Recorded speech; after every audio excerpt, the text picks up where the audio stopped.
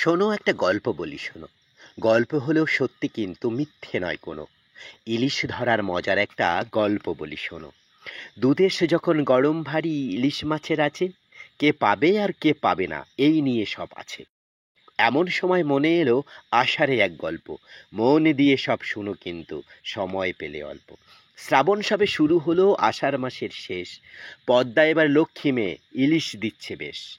দাদু এসে বলল আমায়, চলো না দুভাই যাই, পদ্মা নদীর ইলিশ যদি গোটা কতক পাই। যেমন ভাবা তেমন কাজ, দেরি কি আর সয়। দুভাই মিলে রওনা দিলাম ছোট্ট একটা নায়। হাঁড়ি নিলাম, কড়া নিলাম, নিলাম সঙ্গে জাল। রাতে দুজন খেতে হবে, সঙ্গে নিলাম চাল।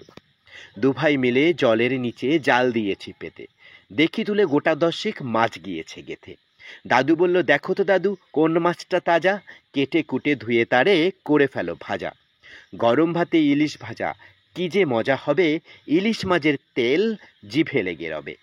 কেটে ধুয়ে কড়াই মাঝে যেই দিয়েছি ছাড়ি, দেখতে দেখতে ইলিশ তেল কড়াই গেছে ভরি। ধীরে ধীরে কড়াই থেকে তেল গড়িয়ে পড়ে, পাটাতনের ফাঁক দিয়ে নৌকা উঠল ভরে। ডুবু ডুবু নৌকাখানা প্রাণ বুঝি বা গেল। দাদু বলল, যা দিয়ে হোক তেল ছেঁচে সব ফেলো। জাল গুটিয়ে দাদু আমায় দাঁড় টানে খুব জোরে। আমি শুধু তেল ছেঁচে যাই, নৌকা না যায় ভরে। কোনো মতে সেদিন আমরা নৌকার তেল ছেঁচে দুভাই মিলে জীবন নিয়ে খুব গিয়েছি বেঁচে। সেদিন থেকে ইলিশ মাছ তুলি না আর ঠোঁটে, ভাবিও না কে পেল আর কে পেল না মোটে।